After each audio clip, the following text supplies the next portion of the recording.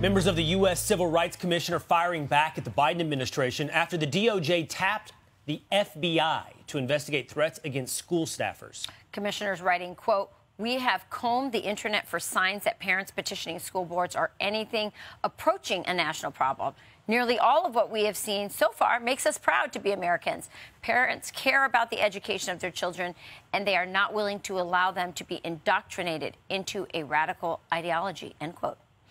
South Dakota Governor Kristi Noem has vowed to restore patriotic education in classrooms, and she joins us now to react. Governor, thank you so much for being here. When you see the way the Department of Justice is characterizing parents, and you see some pushback here from conservative members of this commission, what are parents to think these days?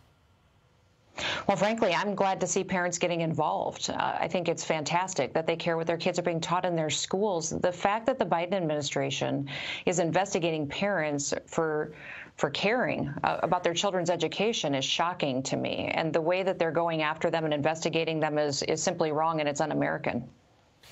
Governor, we had a parent from Loudoun County on a little bit earlier, Demis Christofi. He talked about parents pushing back against this agenda and why school boards and superintendents and administrators seem to be so out of touch with parents in their districts. Let's listen to what he had to say and get your response. Okay. These people are part of the woke nation, okay? They want brownie points from these people. They don't care about the parents or the children at all, okay? When you see the school curriculums declining, where a fifth grader just starts to learn how to multiply and divide, that's a bad sign. That should be done in third grade. We spoke up, and the entire nation is speaking up. I'm telling to these parents, do not give up. Be involved with your kids' curriculum. Be involved with their school. Do not give up. Governor, how do we explain school boards so out of touch with the wishes of parents in their district? Well, right now in South Dakota, a lot of our school board members are working very hard. They're people who have other jobs, other careers, and they've relied heavily on advice from the administrations within their public schools. And I think that happens across the country. When I ran for governor, I wanted our school board members to get more training and to give them more opportunities to really recognize the responsibility that they have.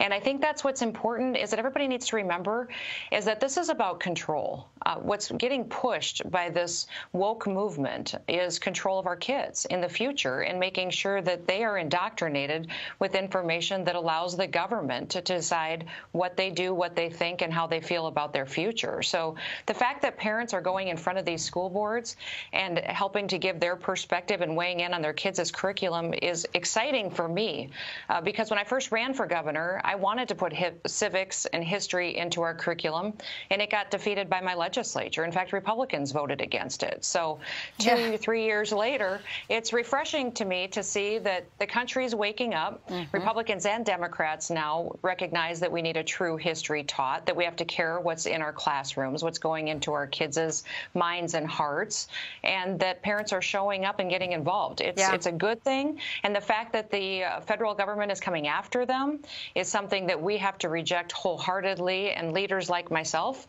need to stand up on behalf of our parents. Absolutely. I don't see domestic terrorists. I see good parents and good parenting. I do. I want to get to this, Governor, because I saw your op-ed at Fox News. If you haven't seen it, to our viewers, I really recommend it.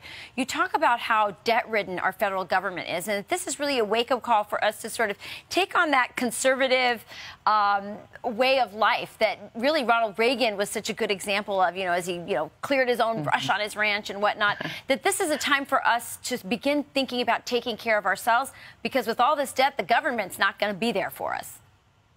Well, I had the chance to visit the Reagan Ranch recently with Scott Walker and Andrew, who runs the foundation there. And it was so incredible for me to see the humbleness with which Ronald Reagan chose to spend his free time. He loved the simple life that everyday Americans live, and that even though he had this big, powerful office, that what really resonated with him was the work on the ranch, working with his hands, and also solving problems. And it reminded me a lot of this country and the continued spending and debt that we are seeing come out of the Biden administration, and how we have to come back to our foundation of Reagan conservatism, of living within our means. I look at this infrastructure bill, the spending bill, and I see they're giving free daycare, free college. We're essentially making our children pay for their own babysitters because we're not going to pay for it. We're encountering debt, and then we're going to pass it on to them that someday they're going to have to pay off. And that kind of decision is something that Ronald Reagan would have never stood for. He recognized the value of living within your means, having a budget. This country hasn't done that for a long time, and it's getting worse and worse under this administration. And I think that it's important we reflect back on past leaders like Reagan and use their optimism, use their fiscal conservativeness, and use it as a roadmap for the future. Yeah, couldn't agree with you more. By the way, Will worked on a ranch just like you, too. So. Oh, good. She probably has me beat. I'm going to guess she has me. Oh, let's go build some fence. We should put that to a test. That would be a fun segment. Would be great. Yeah. It would. Fox and Friends at the Noem Ranch. I'm in. Yes. All right. Perfect. I'm in, too. Thank you, Governor. Thank you, Really Governor. appreciate it. Thank you. Have a wonderful day. You too.